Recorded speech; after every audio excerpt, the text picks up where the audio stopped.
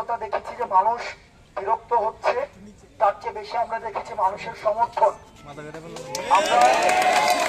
আমরা যত জায়গায় গিয়েছি, সরকারি চাকরিতে সকল গ্রেডে অর্থাৎ প্রথম থেকে চতুর্থ শ্রেণীতে, এবং আপনি লক্ষ্য করবেন বাংলাদেশে প্রথম ও দ্বিতীয় শ্রেণীতে যতজন মানুষ চাকরি করে সরকারি চাকরি, তার চেয়ে অনেক অনেক গুণ বেশি মানুষ তৃতীয় ও চতুর্থ শ্রেণীতে চাকরি করে।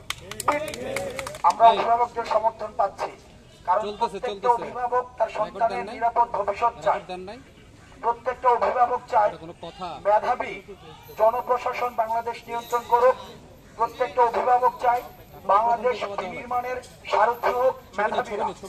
প্রত্যেকটা অভিভাবক মেধাবী প্রশাসকের থেকে সেবা নিতে চায়। সেজন্য আমাদের যে ব্লকেট কর্মসূচি রয়েছে, এই কর্মসূচির সাথে আমরা প্রত্যেকটা শ্রেণী পেশার মানুষের আমরা অভাবনীয় সমর্থন আমরা পেয়েছি। সেই জায়গা থেকে সরকারি চাকরিতে প্রথম ও দ্বিতীয় শ্রেণীতে যে 56% কোটা রয়েছে, তার চেয়ে অনেক অনেক বেশি অযৌক্তিক ও বৈষম্যমূলক কোটা রয়েছে তৃতীয় ও চতুর্থ শ্রেণীতে। তাহলে বাংলাদেশের এত বৃহৎ একটি জনগোষ্ঠীর দাবিকে পাশ কাটিয়ে অবিবেচকের মতো আমরা কখনো রাজপথ থেকে ফিরতে পারি।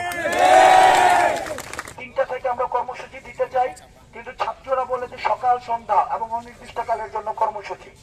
আসলে এই কর্মসূচিটা দৈর্ঘ্য কত সেটা মুখ্য না, মুখ্য হচ্ছে যে আমরা সরকারকে একটা বার্তা দিতে চাই যে আমরা রাস্তায় থাকতে চাই না, আমরা খুব দ্রুতই পড়ার টেবিলে ফিরে যেতে চাই। সেজন্য আপনাদের ইতিবাচক ভূমিকা আমরা প্রত্যাশা করি।